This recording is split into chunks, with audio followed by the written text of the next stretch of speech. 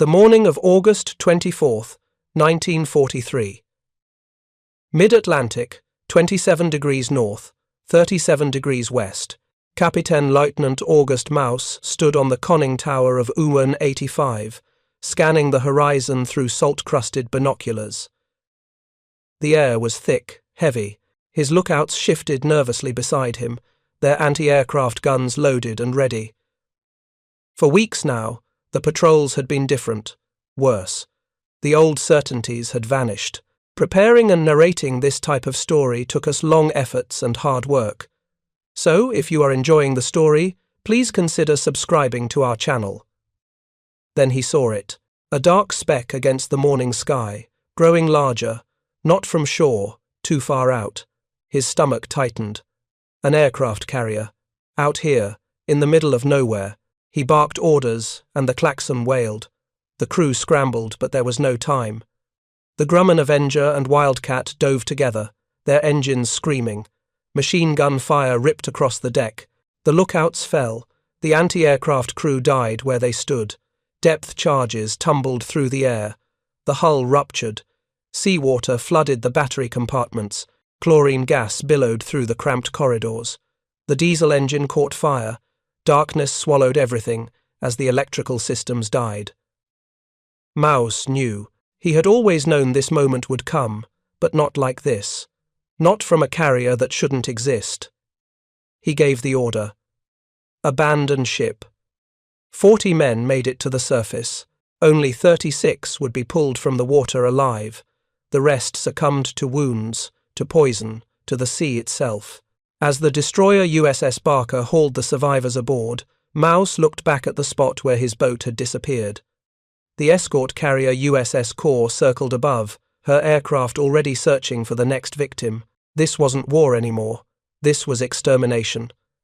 And somewhere in the minds of every U-boat captain still at sea, a terrible truth was taking root. They had lost. Not tactically.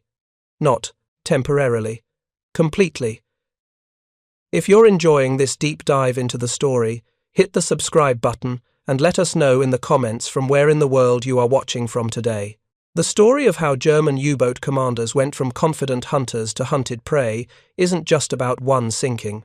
It's about the moment when industrial might met tactical desperation, when American shipyards began producing aircraft carriers faster than Germany could build submarines, and when the wolves of the Atlantic realized that the sky itself had turned against them.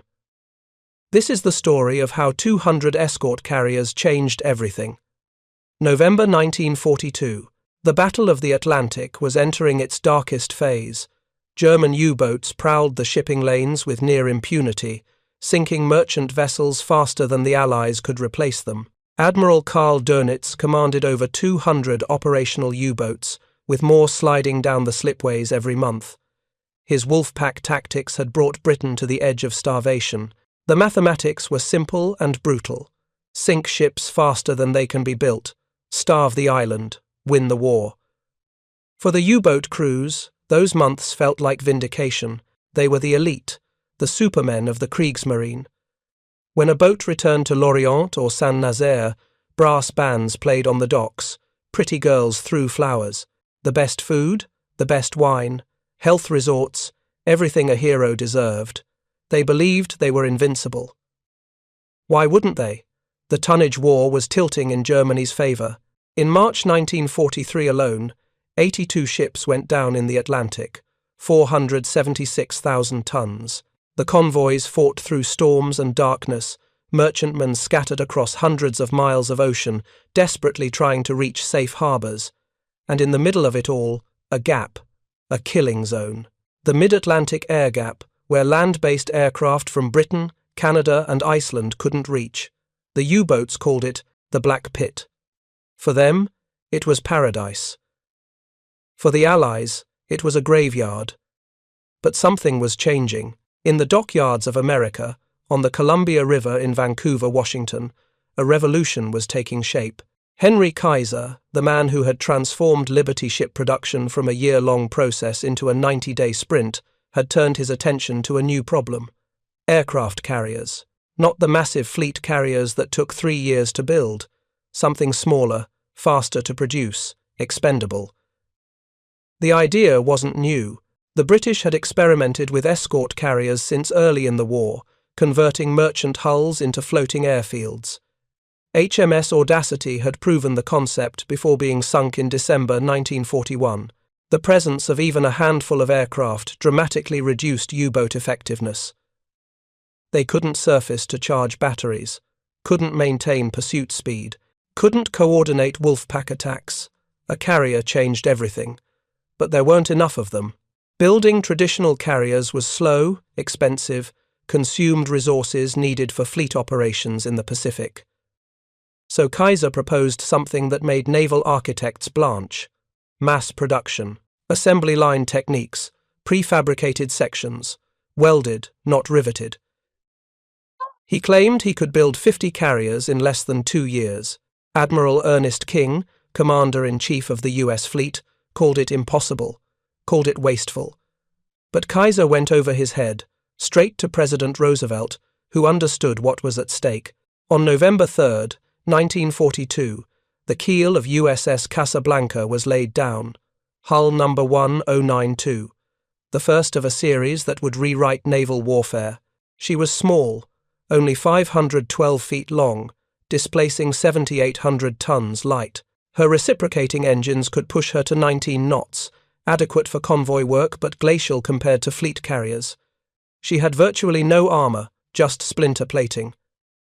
Sailors would joke that CVE stood for combustible, vulnerable, expendable. Others called them Kaiser's coffins, but they could carry 27 aircraft, operate in the worst Atlantic weather, and most importantly, they could be built fast. On April 5, 1943, Eleanor Roosevelt smashed a bottle of champagne against Casablanca's bow. Less than 5 months after her keel was laid, the first of Kaiser's baby flat tops slid into the Columbia River.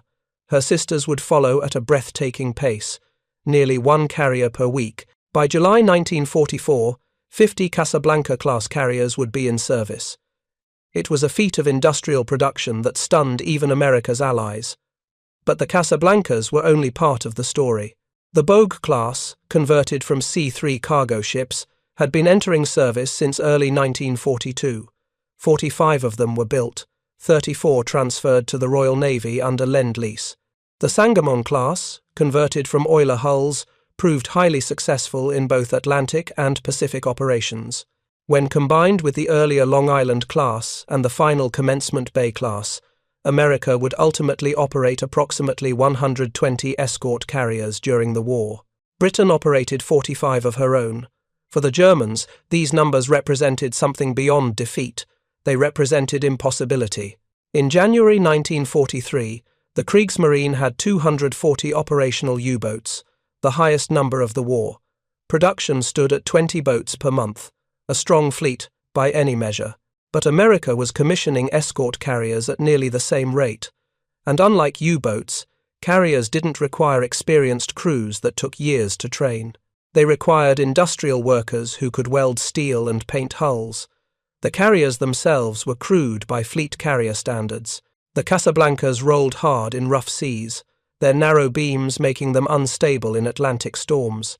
Their flight decks were short, only 442 feet, barely adequate for the Grumman F, 4F Wildcats, and TBF Avengers they carried.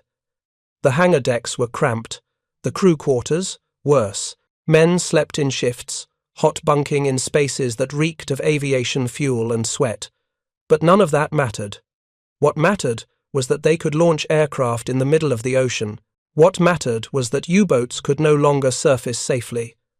What mattered was that the Black Pit, that safe haven in the mid-Atlantic, was closing. Aircraft from escort carriers had range. They had radar that could detect surfaced submarines. They carried depth charges and rockets and acoustic torpedoes that could track a submarine underwater. The first deployment of USS Bogue in March 1943 marked the beginning of the end for the U-boat arm. Captain Giles Short commanded her, operating out of Iceland and Newfoundland, providing air cover for eastbound convoys. For weeks, they found nothing. The U-boats stayed deep, avoided contact. Then on May 21st, twilight, Convoy ON-184, Lieutenant Commander William Drain spotted U-231 surfaced, recharging batteries 60 miles ahead. He pushed his Avenger into a glide, released 4 depth charges over her conning tower just as she began to dive. Her bridge shattered. She limped back to France, damaged but alive. It was only the beginning. Other carriers joined the hunt. USS Card, USS Core, USS Croatan, USS Block Island. They worked in hunter-killer groups, freed from the constraints of convoy escort duty. Their mission was simple. Find U-boats, sink U-boats, nothing else mattered. They patrolled the refueling zones where the big Type XIV milk cows topped up smaller attack boats. They hunted the transit routes U-boats used entering and leaving French ports. They turned the hunters into the hunted. The tactics evolved with brutal efficiency. Radar-equipped Avengers flew search patterns day and night. When they detected a surfaced U-boat, they would attack immediately with machine guns, forcing her to crash dive, then plaster the area with depth charges.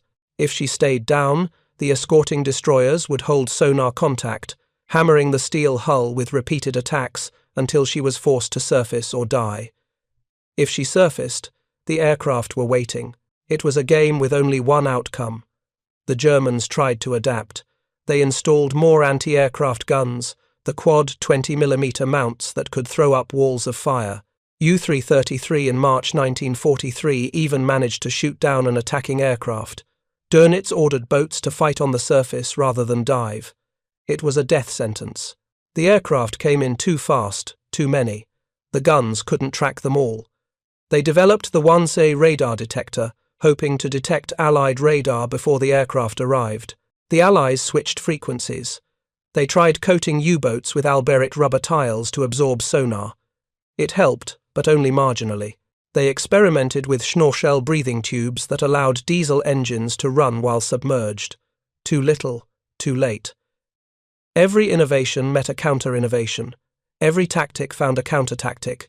And always, there were more carriers. By the summer of 1943, the production curve had crossed over.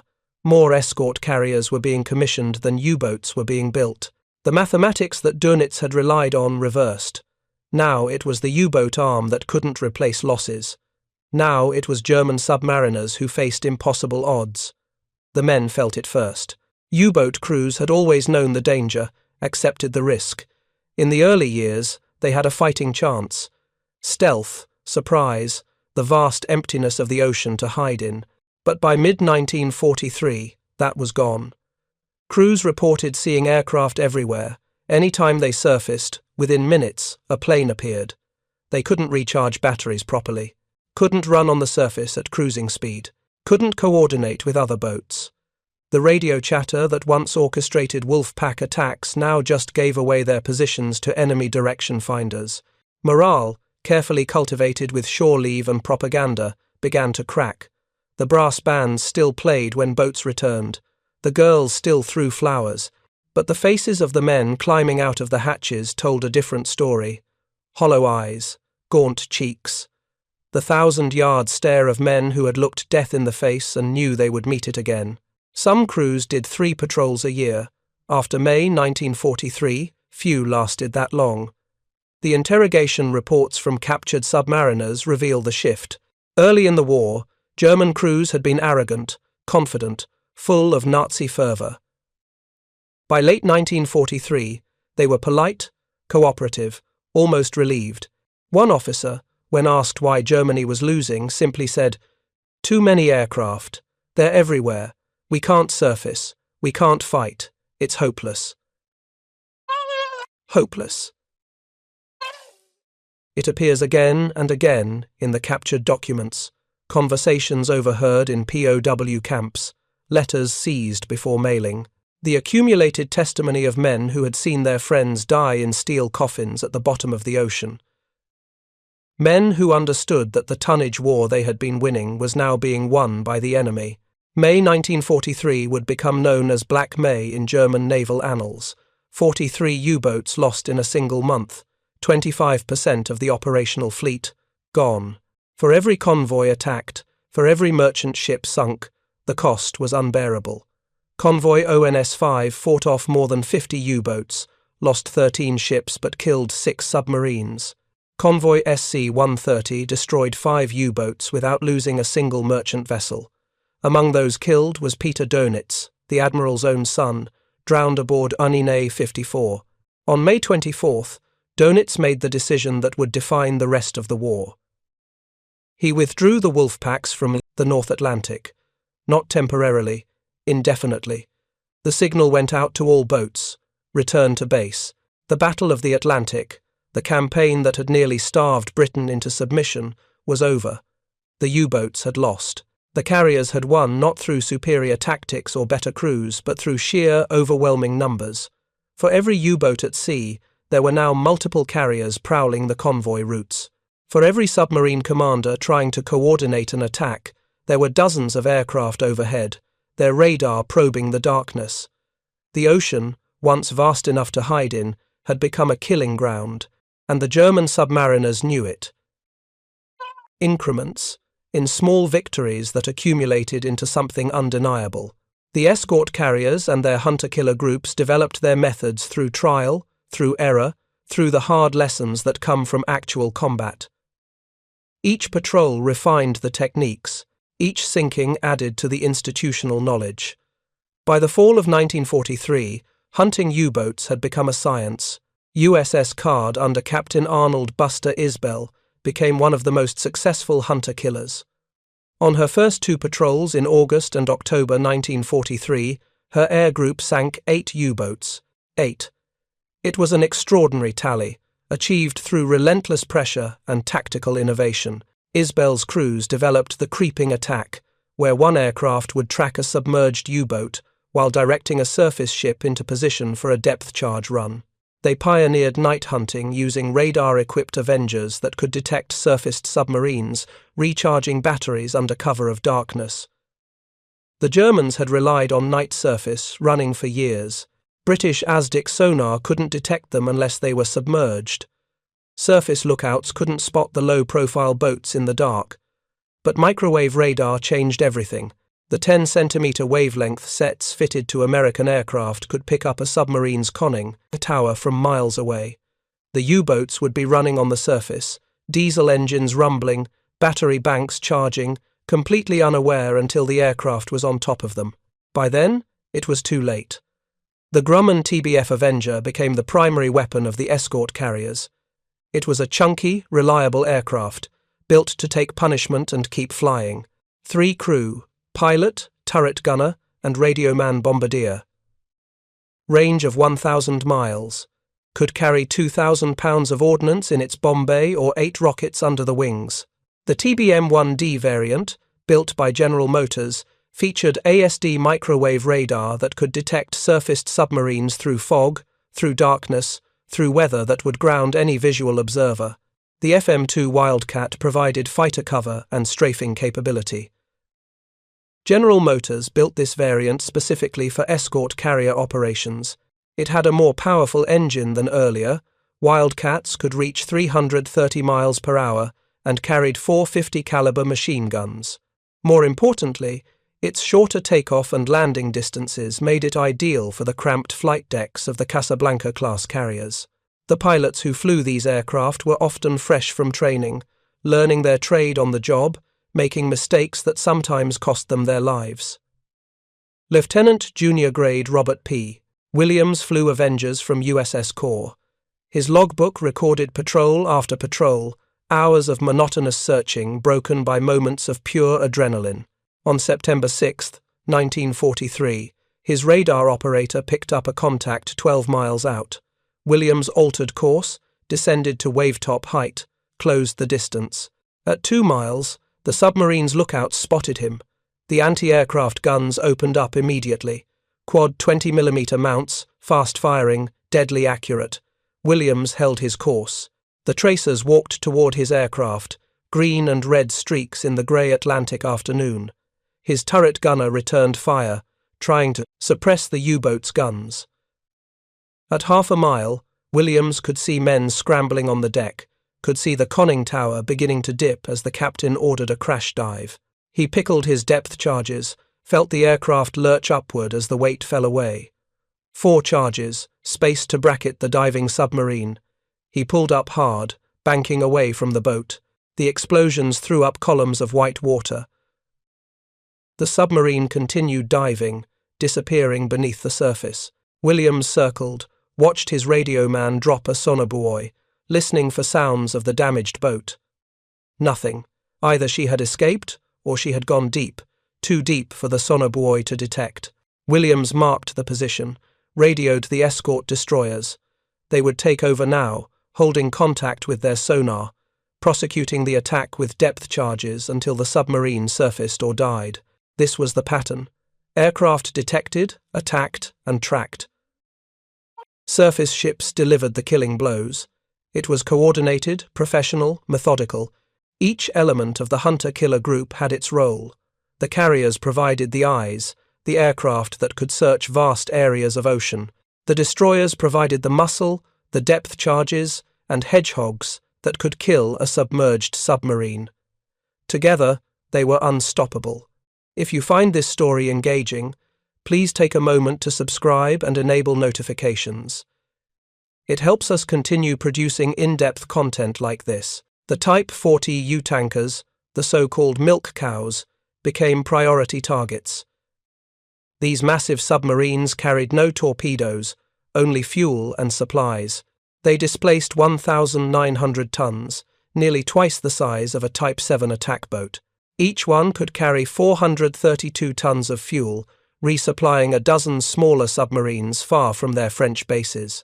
Dönitz had deployed 10 of these boats by mid-1943, using them to extend the operational range of his wolf packs into distant waters, where Allied defences were supposedly weaker. The Allied hunter-killers hunted them with particular ferocity. In June 1943, USS Bogue's aircraft found Une 18, a milk cow, south of the Azores. The submarine was caught on the surface during a refueling operation, transferring diesel to U-604. Both boats scrambled to defend themselves, their anti-aircraft crews manning the guns while precious fuel pumped between the vessels. Aircraft from Bogue's Composite Squadron 9 attacked with rockets and depth bombs. UN 18 sank with all 53 hands. U-604, damaged and leaking fuel, tried to make it back to France. She never arrived. In July, aircraft from USS Santee found Une 60 near the Azores. This milk cow had been at sea for nearly 3 months, resupplying attack boats operating off the coast of West Africa. She went down with 56 men. In August, USS Card's aircraft caught Une 117 refueling U-66 in the central Atlantic. The attack was devastating. Une 17 sank immediately. U-66, badly damaged, survived the initial attack but was hunted down and sunk 2 months later by another carrier group. By the end of 1943, 5 of the 10 milk cows had been destroyed. The remaining 5 were recalled to French ports, converted to transport submarines, their fuel tanks emptied to make room for cargo. The U-boat arm's operational range shrank accordingly. Attack boats could no longer stay at sea for months.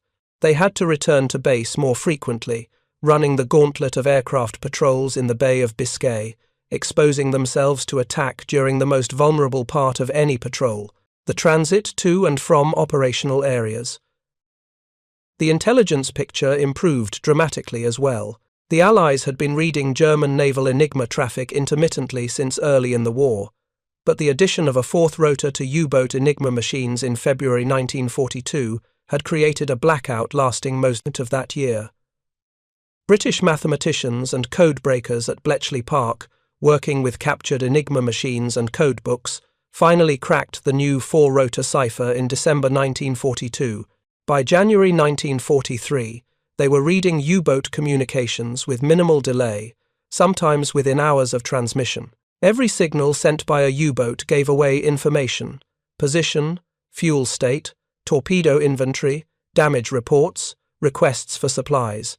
The intelligence flowed from Bletchley Park to the Admiralty in London, to Commander-in-Chief U.S. Fleet Headquarters in Washington, to the operational commands controlling the hunter-killer groups. This gave the escort carriers an enormous advantage. They knew where U-boat patrol lines were forming. They knew refueling rendezvous points. They knew which routes the submarines used transiting to and from French bases. Armed with this intelligence and the mobility of the escort carriers, Allied commanders could position their forces precisely where the enemy would be. It wasn't luck. It wasn't chance. It was methodical, systematic destruction.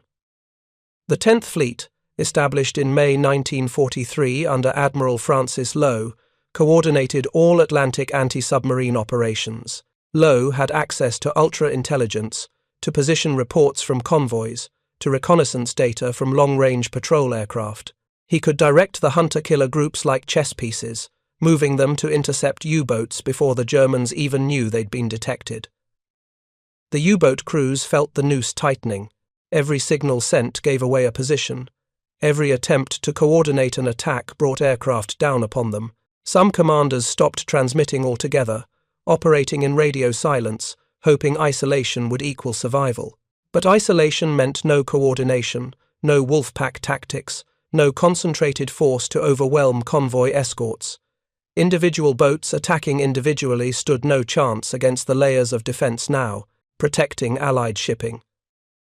The psychological strain became unbearable. U-boat crews had always known the dangers.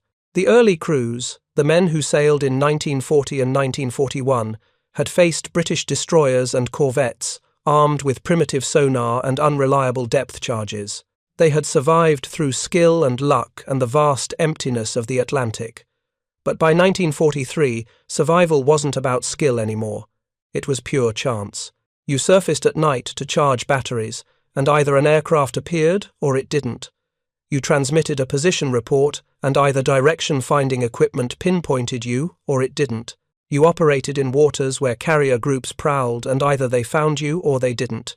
Kapitänleutnant Paul Friedrich Otto, commander of U-230, kept a private journal during his final patrol in August 1943. It was never meant to be published, just personal observations written during quiet moments. The journal survived because Otto was captured when his boat was sunk.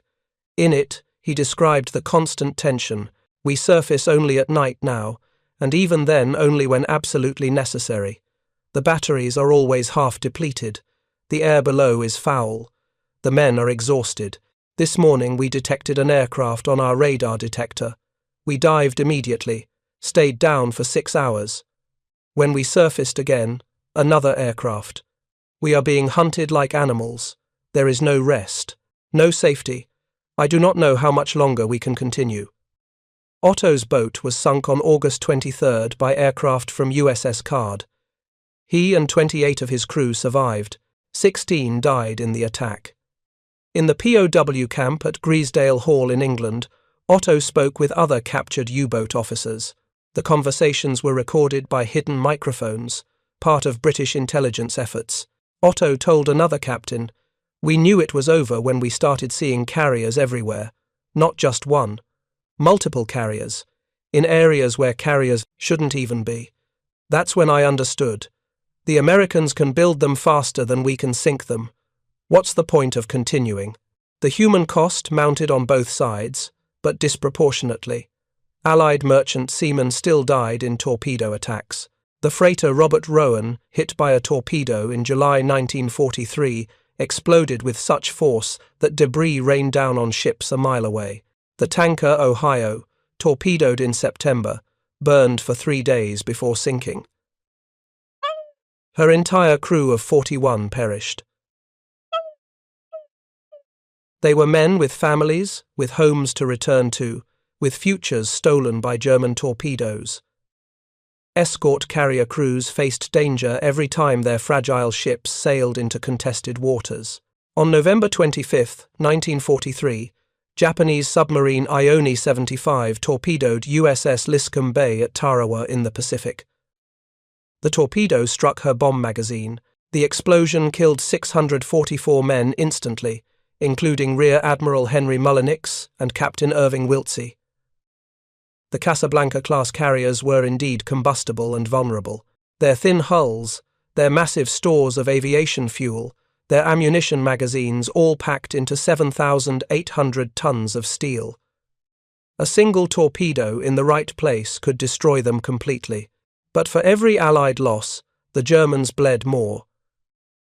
Of the approximately 40,000 men who served in the U-boat arm during World War II, 30,000 died. 75%. It was the highest casualty rate of any service branch in any military during the entire war, higher than Soviet penal battalions, higher than Japanese kamikaze pilots, higher than any bomber crew statistic from any nation. By late 1943, U-boat crews knew they were being sent to their deaths. Some volunteered anyway, driven by duty or ideology, or simply because they had no choice. The German military didn't allow sailors to decline submarine duty once assigned. It was considered desertion, punishable by death. Young men, 18 and 19 years old, fresh from naval training schools, were told they would serve on U-boats. Some were thrilled, viewing it as an honor. Others were terrified, having heard stories from survivors about the conditions, about the casualty rates. But all of them went. They reported to the submarine bases at Kiel or Wilhelmshaven or Lorient, climbed through the narrow hatches, descended into the steel tubes that would become their coffins. Life aboard a Type 7C U-boat had always been brutal. 67 meters of steel tube packed with diesel engines, electric motors, batteries, torpedoes, and 44 to 46 men. No privacy except for the captain's tiny cubicle, barely larger than a closet, separated from the rest of the boat by a plywood partition.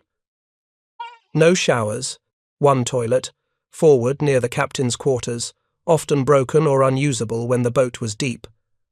The crew slept in shifts, hot bunking in spaces barely large enough to turn over. They wore the same clothes for months, took sponge baths with rationed fresh water, lived in an atmosphere thick with diesel fumes and body odor and the smell of unwashed men crammed together. The psychological strain was worse than the physical discomfort. A depth charge attack meant crouching in darkness as explosions walked closer, feeling the hull flex and groan, hearing rivets pop and welds crack, waiting for the killing blow. The lights would go out. Emergency lighting would cast everything in dim red shadows. Water would spray from ruptured pipes. The air would fill with the smell of chlorine gas from damaged batteries. Men would pray, or curse, or simply stare at the bulkheads, wondering if this would be the attack that killed them. If the pressure hull failed, death would be nearly instantaneous. The submarine would implode at depth, the sea pressure crushing the hull like a tin can, pulverizing everything inside. Those lucky enough to be near the conning tower during a surface attack might make it to the escape apparatus, might reach the surface, might survive long enough to be picked up. But in the middle of the Atlantic, survival time in the water was measured in minutes during winter, maybe an hour in summer. Most would die of hypothermia or drown before rescue arrived, and rescue wasn't certain. Allied ships sometimes left German submariners in the water, considering them too dangerous to pick up, worried about the possibility of sabotage or continued resistance. The escort carriers changed this calculation fundamentally. Before their arrival, U-boats had a fighting chance. Surface at night to charge batteries, dive if attacked. The ocean was vast. The escorts were few. With luck and skill, crews could survive multiple patrols, could go home to Germany on leave, could see their families, could return to fight again. The survival rate for the first year or two of the war was actually quite high. Many commanders completed 5, 6, 7 patrols before being killed or captured. But with carriers overhead, there was no safe time, no safe place. The aircraft could attack day or night, in any weather, across the entire Atlantic. The radar didn't care about fog or darkness. The depth charges didn't care about evasive maneuvers. And there were so many of them. So many carriers. So many aircraft. Everywhere a U-boat went, there were planes searching, hunting, killing. Oberleutnant zur C. Herbert Werner commanded U-2, 3-0, and later U-415 and Unine 5-3. He survived the war and wrote a memoir, Iron Coffins, that described the deteriorating situation. In it, He recalled a conversation with a fellow officer in the summer of 1944. We were in the officers' mess at the submarine base in Wilhelmshaven. Another commander had just returned from patrol. He looked like a ghost. His boat had been attacked 16 times in 3 weeks. 16 times. He'd used every torpedo trying to be Marlety, defend himself against escorts. He'd expended all his anti-aircraft ammunition fighting off aircraft, and he'd sunk nothing, not one ship. He sat there drinking schnapps and said, "It's hopeless. We can't reach the convoys anymore. The carriers won't let us." I asked him what he meant. He said, "There are carriers everywhere, small ones, dozens of them. Wherever we try to operate, there's a carrier nearby. You surface, within 20 minutes there's an aircraft overhead. You try to approach a convoy, the carrier launches planes. You try to attack alone, they hunt you. It's over. We've lost." Werner's memoir, published in 1969, captured the despair of the late-war U-boat service. But it wasn't just memoir, wasn't just one man's perspective. The interrogation reports from captured submariners tell the same story. The private conversations recorded in POW camps, the letters censored before mailing, the testimony of survivors decades later, all of it points to the same conclusion. The escort carriers had made U-boat operations impossible. Kapitänleutnant Werner Henke, commander of U-515, was one of Germany's U-boat aces. He had sunk 25 Allied ships totaling over 100,000 tons. He wore the Knight's Cross with oak leaves, one of Germany's highest military decorations. He was aggressive, skilled, confident in his abilities. His crew worshipped him. They believed he could get them through anything. On April 9, 1944, U-515 was operating west of Madeira, hunting convoys along the Gibraltar route. The weather was clear, visibility good. Not ideal conditions for a submarine, but Henke was aggressive. He'd take calculated risks that other commanders wouldn't.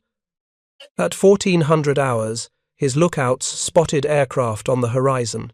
2 of them, Avengers from USS Guadalcanal.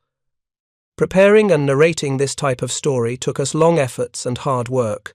So if you are enjoying the story, please consider subscribing to our channel.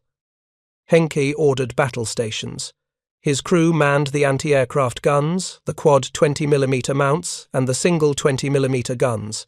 As the aircraft approached, they opened fire. The lead Avenger pulled up, circled, came around for another pass. The second followed. They attacked with depth charges and rockets, the new 5-inch rockets that could penetrate a submarine's pressure hull. The charges exploded around U-515, lifting her partially out of the water. More aircraft appeared. The carrier had launched a full strike package.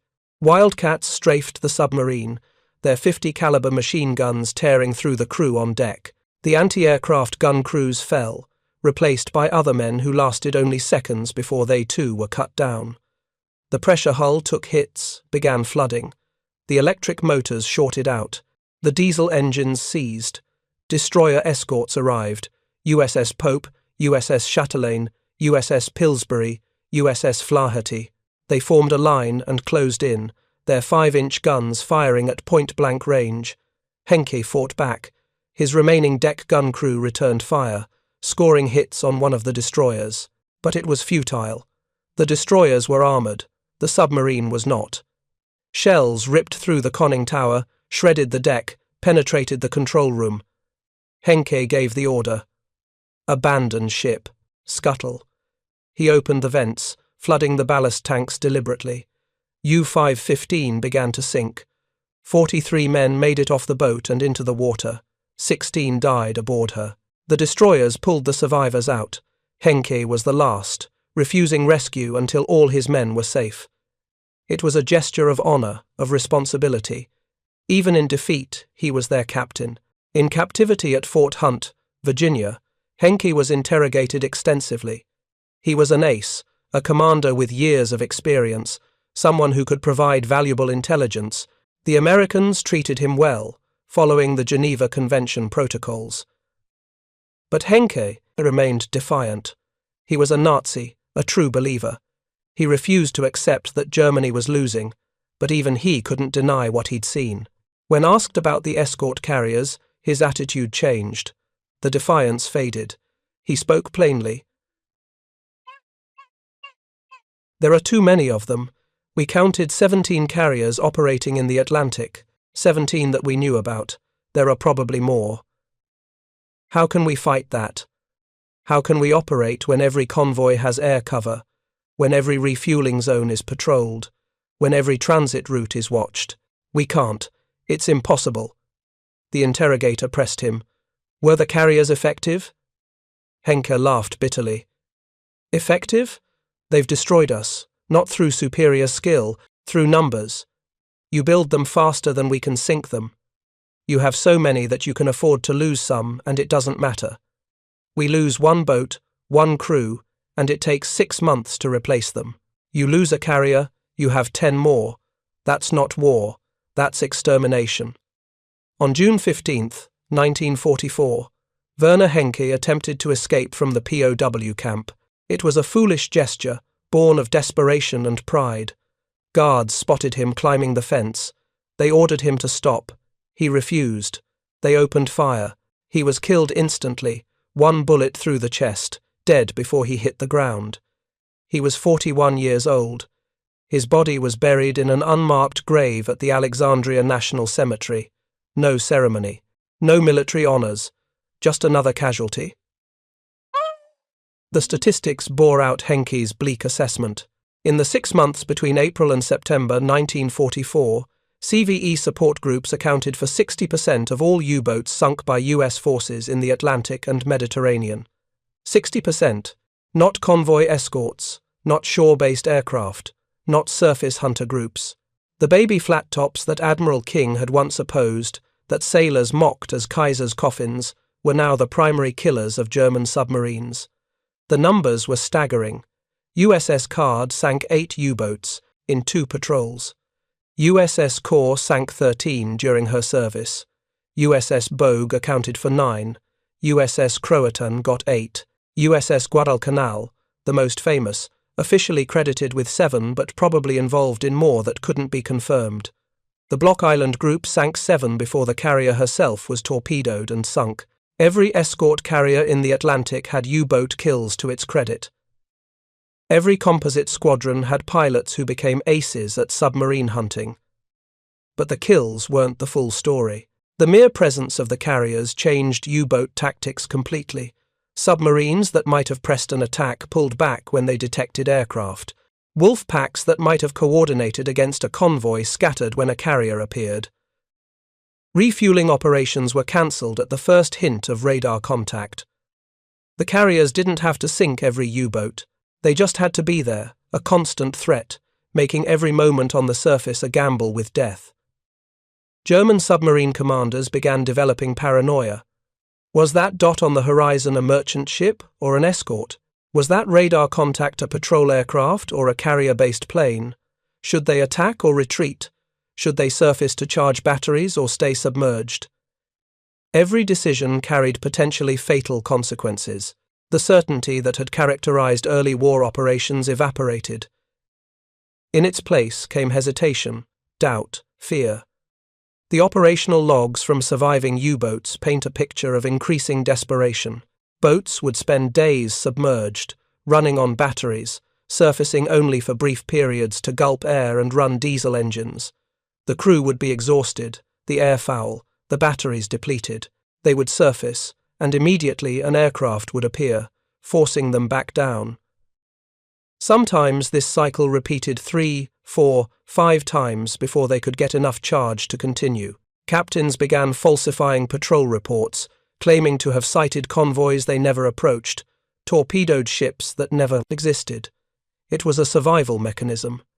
If they returned to base without sinking anything, without even attempting an attack, they'd face questions about their aggressiveness, their courage.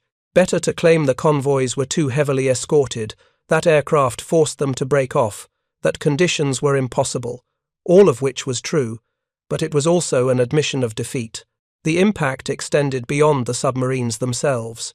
The entire German naval strategy in the Atlantic depended on U-boat effectiveness. If the submarines couldn't interdict Allied supply lines, couldn't sink enough merchant ships to disrupt the build-up for invasion, then Germany's position was hopeless. The Wehrmacht needed the Atlantic to be a barrier, needed Britain to be isolated, needed American supplies to never reach Europe. The U-boats were supposed to provide that barrier. By late 1943, they had failed. Admiral Karl Dönitz, commander of the U-boat force, and later commander-in-chief of the entire Kriegsmarine, understood this better than most. He had built his reputation on submarine warfare, had advocated for massive U-boat construction programs since before the war. He believed in the tonnage war concept absolutely. Sink ships faster than they can be built. It was mathematically sound. It should have worked, but it didn't account for American industrial capacity. It didn't account for the escort carriers. In his memoirs, written after the war while serving his prison sentence at Spandau, Dönitz tried to explain what went wrong. He blamed the Allied code-breaking, which was fair. He blamed the development of centimetric radar, which was also fair. But he also acknowledged the role of the escort carriers. The small auxiliary carriers, he wrote, changed the entire situation in the Atlantic. They closed the air gap. They provided continuous coverage for the convoys. They hunted our boats relentlessly. Against this we had no answer. That admission, from a man who had sent thousands of young Germans to their deaths in submarines, from a convinced Nazi who never renounced his ideology, carries weight. The escort carriers had defeated him, not through superior tactics, but through overwhelming presence. There were simply too many of them for the U-boats to avoid. USS Guadalcanal under Captain Daniel Gallery became the most celebrated hunter-killer group of the war, not for the number of U-boats sunk, but for what happened on June 4, 1944. Gallery's aircraft detected U-505 northwest of Cape Blanco, off the coast of West Africa. The submarine had been damaged in earlier attacks, was low on fuel, trying to rendezvous with a milk cow that no longer existed. She was vulnerable, wounded, desperate. Gallery made a decision that had never been attempted before. Instead of sinking the submarine, he would capture her. His destroyer escorts attacked with depth charges and hedgehogs, forcing the U-boat to surface. But then, instead of continuing the attack, Gallery ordered USS Pillsbury to put a boarding party aboard before the Germans could scuttle. It was insanely dangerous. The submarine crew had scuttling charges set. They could blow the boat at any moment. They could open the vents, flooding the ballast tanks. The sea was rough, 6-foot swells making it difficult to maintain position alongside the wallowing submarine. But Gallery was determined. He wanted that submarine. He wanted the intelligence material aboard her. Lieutenant Albert David led the boarding party, 8 men in a whaleboat, rowing across the gap between destroyer and submarine while German crew members jumped into the water. David climbed onto the U-boat's deck, found the forward hatch open. He went down into the boat, followed by his men. It was dark inside, water sloshing through the bilges, the smell of diesel and fear thick in the air. They searched frantically for scuttling charges, for any sign that the boat was about to sink. They found nothing. The German crew had abandoned ship so quickly they hadn't completed the scuttling. The valves were open but could be closed. The charges were set but not detonated. David's men worked fast, closing valves, stopping the flooding, securing the submarine. Above them, more sailors from Pillsbury were crossing over, bringing pumps and equipment. Within an hour, they had U-505 stable. Within 2 hours, they had her under tow. The capture was a sensation. Newspapers across America carried the story. U-boat captured. The headlines screamed. It was the first enemy warship captured by the U.S. Navy since 1812. Gallery became a hero, promoted to Commodore, awarded the Distinguished Service Medal. His crew received commendations. The Navy basked in the glory. But the real value was the intelligence. U-505 was towed to Bermuda, then on to Boston. Everything aboard her was catalogued, analysed, exploited. The Enigma machine with its rotors and settings, the codebooks with current and backup ciphers, the charts showing patrol areas and refueling zones, the technical manuals describing equipment and capabilities, the personal effects of the crew, letters and diaries that revealed morale and attitudes. The cryptographers at Bletchley Park and at the Navy's Signals Intelligence Unit in Washington gained invaluable insights. They could now read German naval communications with even greater ease, could anticipate U-boat movements with even greater accuracy. The capture of U-505 enhanced an intelligence advantage that was already overwhelming. But perhaps more important than the intelligence was the symbolic victory. The Americans had captured a U-boat. They had done something the British hadn't managed in nearly 5 years of war. It proved that the hunter-killer groups weren't just sinking submarines. They owned the Atlantic. They could do whatever they wanted to U-boats that dared operate in those waters. The psychological impact on the U-boat arm was devastating. In POW camps across America and Britain, German submariners heard about the capture. Some refused to believe it. Others were demoralized. If a U-boat could be captured, if the Americans were so confident they would risk boarding a potentially rigged submarine, then the situation was even worse than they'd thought. The invincibility that had characterized the early U-boat service was gone, replaced by a growing conviction that every patrol would end in death or capture. The operational logs from late 1944 tell the story statistically. Fewer and fewer successful attacks, more and more aborted patrols, boats returning to base without firing a shot, claiming they couldn't reach their operational areas due to air patrols, boats being recalled before completing their patrols because intelligence indicated Allied hunter-killer groups were closing in. The offensive had become defensive. The hunters had become the hunted. By the autumn of 1944, Germany's submarine force was a shadow of its former strength. New boats still entered service. The Type XXI, the so-called Electra boot, promised revolutionary capabilities with higher underwater speeds, longer submerged endurance, improved sonar detection. Dönitz proclaimed these wonder weapons would turn the tide, would restore the U-boat arm to dominance. But they arrived too late, plagued with technical problems, crewed by inexperienced men who had received only weeks of training instead of months. The Type XXI boats were impressive on paper. They could make 17 knots submerged, more than twice the speed of earlier U-boats. They could stay underwater for days, using a snorkel breathing tube that allowed the diesel engines to run while submerged. They had improved sonar, better torpedoes, hydraulic loading systems that cut reload time from 20 minutes to 12. They should have been game changers, but they weren't. Production was sabotaged by Allied bombing and raids on German industry. Assembly was rushed, with quality control virtually non-existent.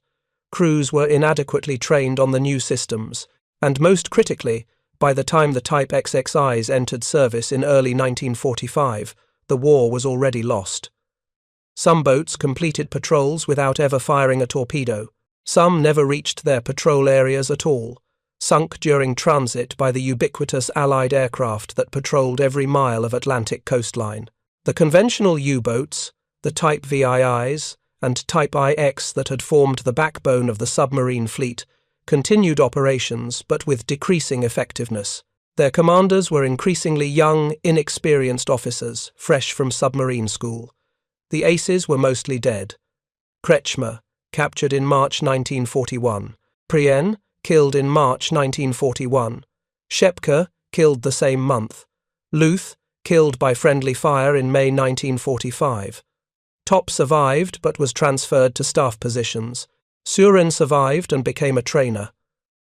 The men who replaced them lacked the experience, the tactical sense, the sheer aggressive confidence that had characterized the early U-boat service, and always, everywhere, there were the carriers, more and more of them. By the end of 1944, nearly 100 escort carriers were in service with the US Navy alone. Not all operated in the Atlantic. Most went to the Pacific for the island-hopping campaigns, but enough remained in the Atlantic to make U-boat operations impossible. Every convoy route was patrolled, every refueling zone was watched, every transit route was covered. There was nowhere left to hide, USS Block Island became the only American escort carrier sunk by a U-boat in the Atlantic when U-549 torpedoed her on May 29, 1944. It happened at night, during a storm, perfect conditions for a submarine attack. Block Island was operating with her hunter-killer group northwest of the Canary Islands. U-549 penetrated the screen, fired a spread of torpedoes from 1,000 yards. One struck Block Island amidships, flooding the engine room. A second hit near the stern, breaking the propeller shaft. Block Island's crew fought to save their ship. Damage control parties shored up bulkheads, sealed compartments, pumped out flooded spaces, but the damage was too severe.